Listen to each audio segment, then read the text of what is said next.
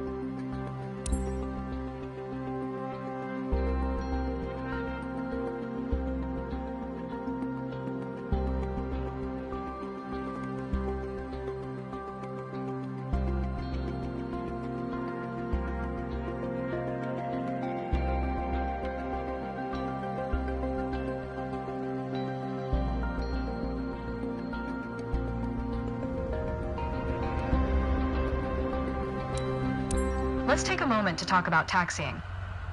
Taxiing refers to moving the aircraft on the ground under its own power.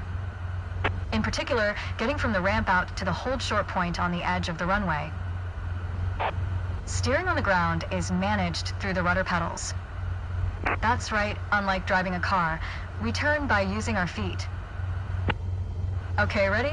With the throttle idle, release your parking brake.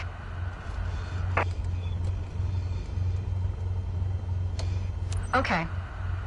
Now, gently increase throttle to get the aircraft moving.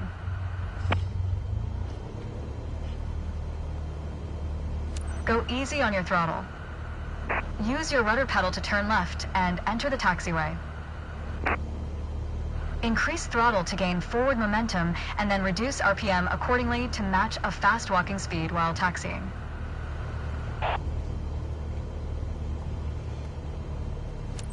Now, test the brakes. Good. Brakes checked. Taxi to the next exit, then come to a stop. Remember to control your speed with throttle and brakes. See the crossing in front of us. Stop before it, as if traffic was coming off the runway.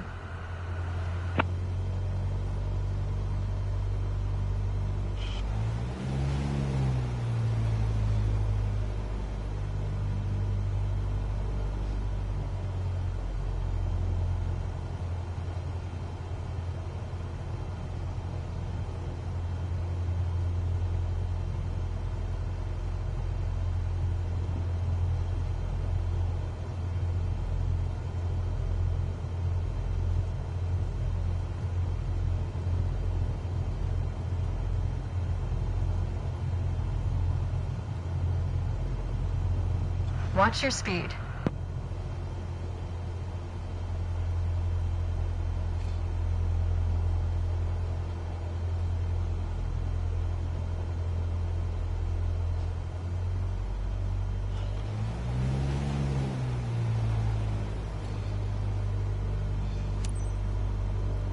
All right, taxi to holding point Alpha 1 next. It's at the far end of the airport, near the head of runway 21. Stay as close as possible to the taxiway center, marked by the yellow line, and watch your speed.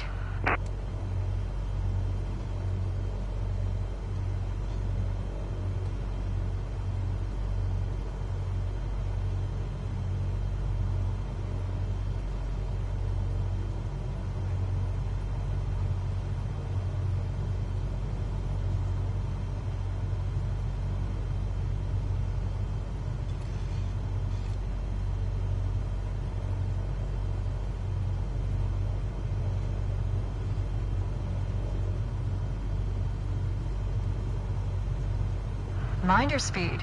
Aircraft are difficult to maneuver on the ground. Watch your speed. After the right turn, come to a stop before the hold short point in prep for takeoff. Mind your speed. Aircraft are difficult to maneuver on the ground. Watch your speed.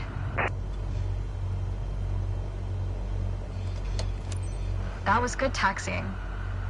The next challenge will be to keep the aircraft under control while at full throttle for takeoff.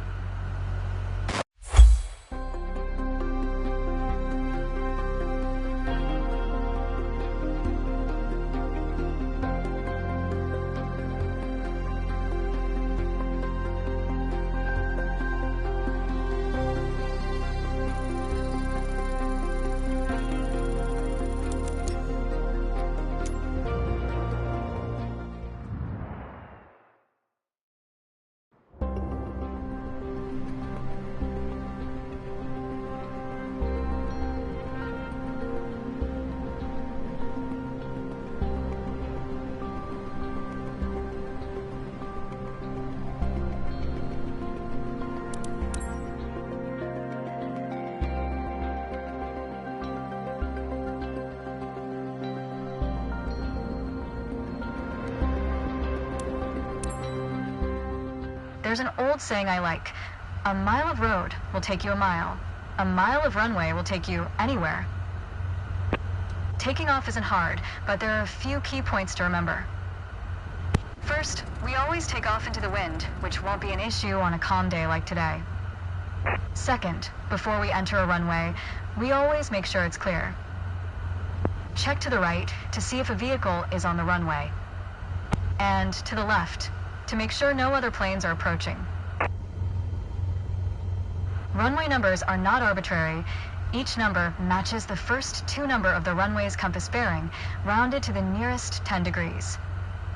For example, a runway orientated towards the north would be numbered 36, which is 360 degrees on a compass. Everything looks good, no cross traffic. Go ahead and taxi into position.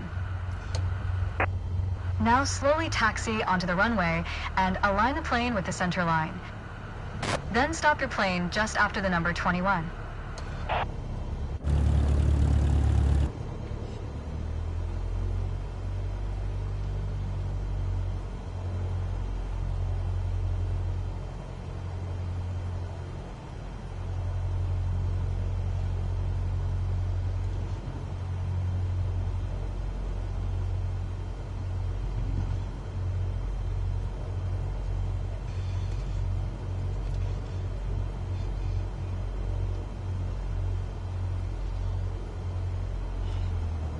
Not bad.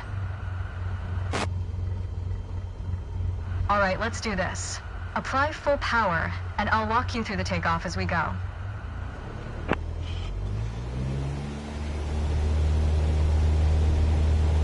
Use your rudder to stay on the center line, and keep pushing power until you reach 55 knots.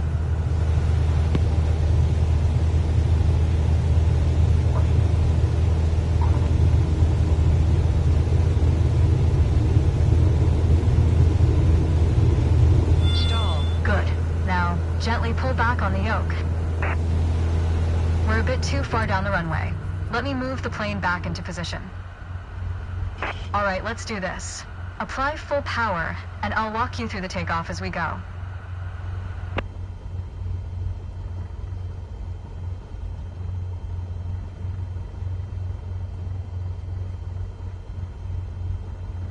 Go full throttle.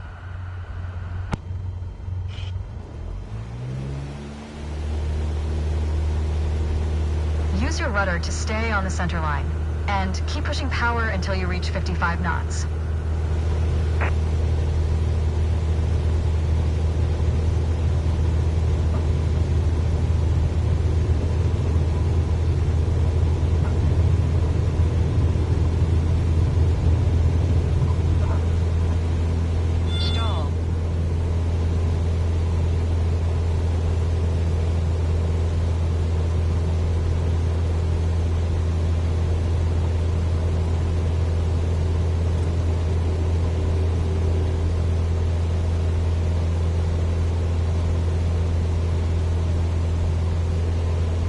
We're a bit too far down the runway.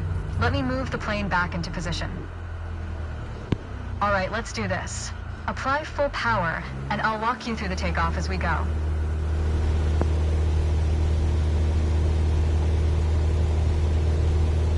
Use your rudder to stay on the center line, and keep pushing power until you reach 55 knots.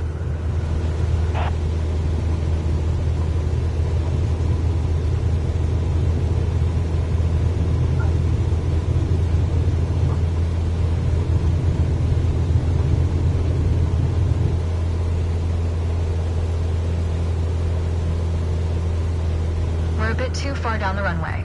Let me move the plane back into position. Alright, let's do this. Apply full power, and I'll walk you through the takeoff as we go.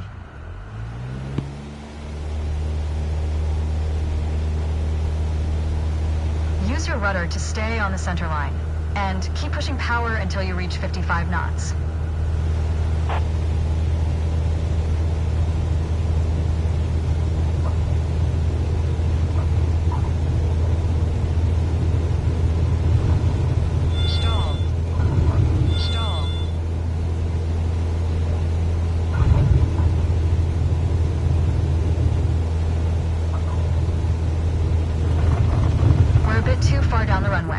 Let me move the plane back into position. Alright, let's...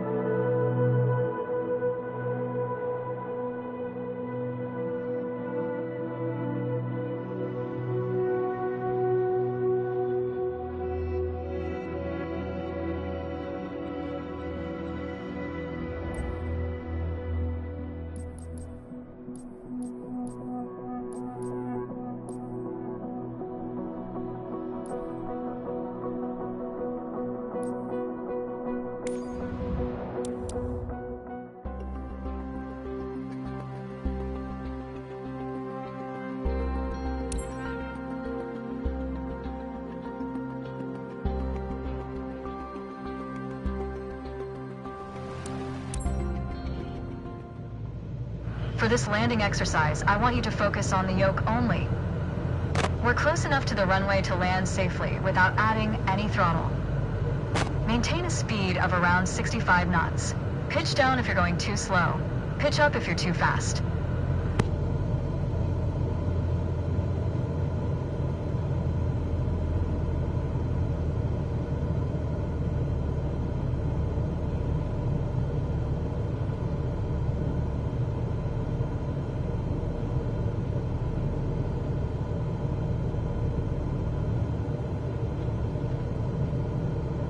Keep your airspeed at 65 knots. When you're 10 feet above the runway, it's time to flare. To flare means to raise the nose of the aircraft to slow your descent for a softer landing, but without ever leveling off or climbing. The main landing gear will touch down before the nose wheel does.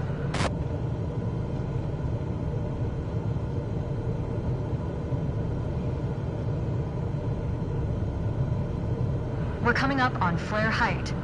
Resist the temptation to pull back. Now, focus on the end of the runway and pull back slightly on the yoke to aim the nose just above it. Nice. Now, apply the brakes progressively to slow us down and bring the plane to a stop. Use rudder pedals to stay on the center line. Well done, but there's room for improvement. Keep in mind that approaching the runway at the right speed is key to a good landing.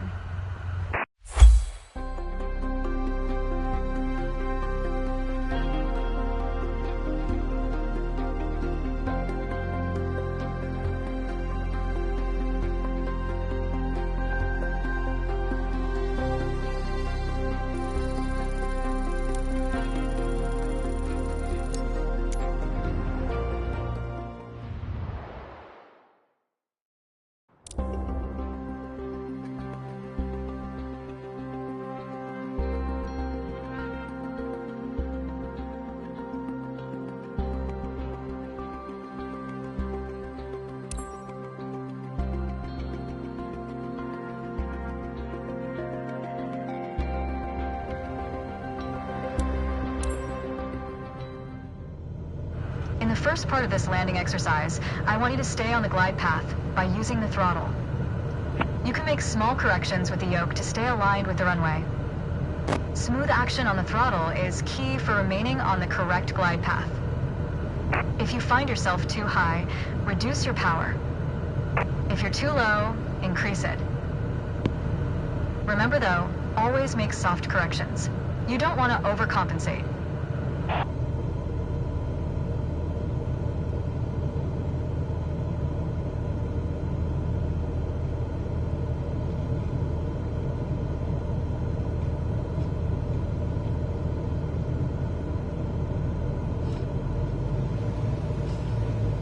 Now you can use the elevator to land. 500.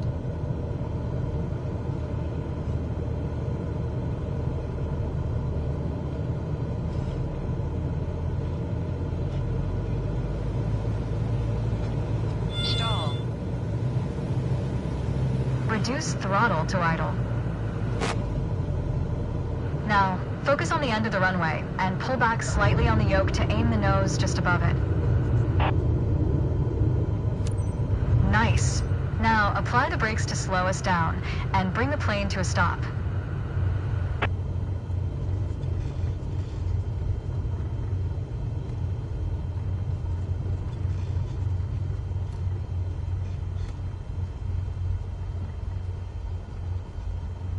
That was excellent.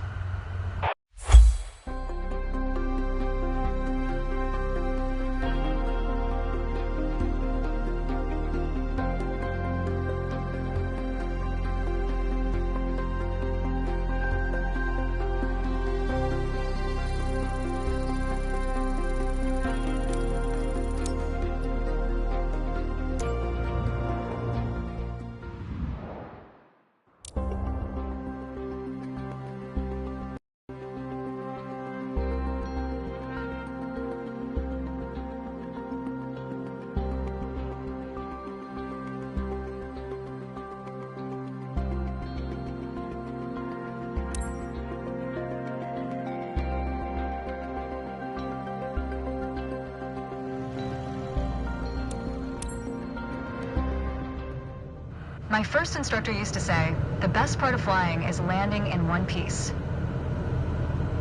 Today, you're in charge of bringing us in for a safe landing. And I've already set us up in landing configuration at 65 knots with 20 degrees of flaps. Keep your aim point on the runway threshold. When you're 10 feet above the runway, it's time to flare.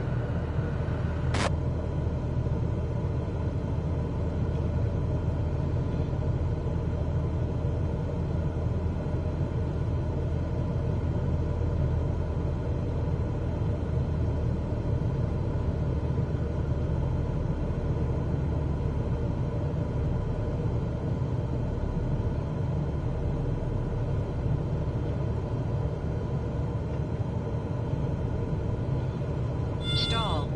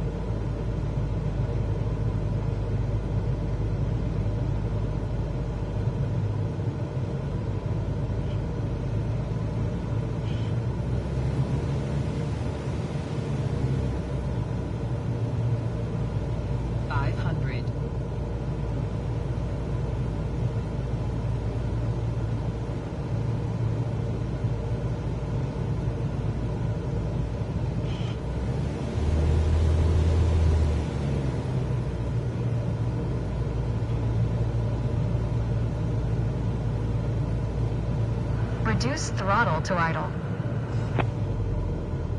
Now, focus on the end of the runway and pull back slightly on the yoke to aim the nose just above it. Nice. Now, apply the brakes progressively to slow us down and bring the plane to a stop. Use rudder pedals to stay on the center line.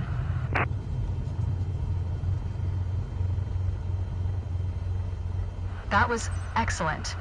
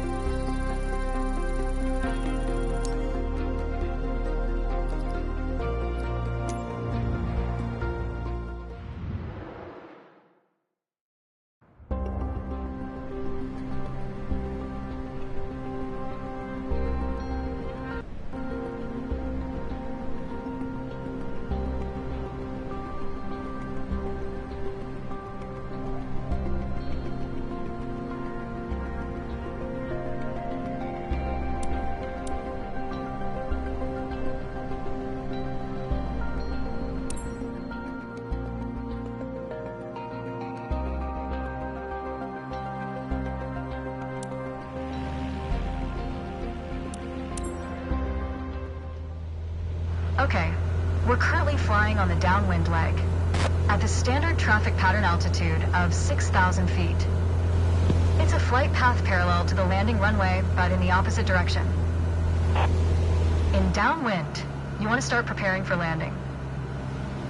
That means setting your speed and flaps configuration. We are passing the end of the runway, so go ahead and reduce RPM to 1700. It will help you to slow you down to 80 knots and begin your descent.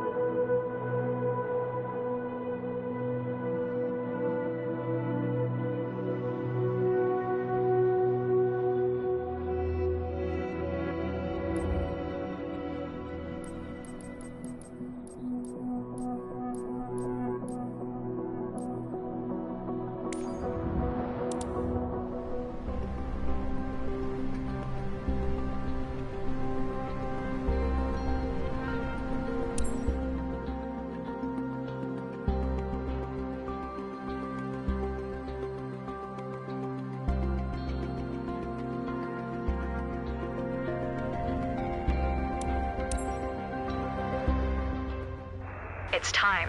Your first solo flight. I'll be watching from the ground, in radio contact if you need me, but something tells me you won't. Your goal is to complete Sedona's left-hand traffic pattern on your own. Remember everything we covered in our previous sessions, and you'll be just fine. Good luck. See you on the other side.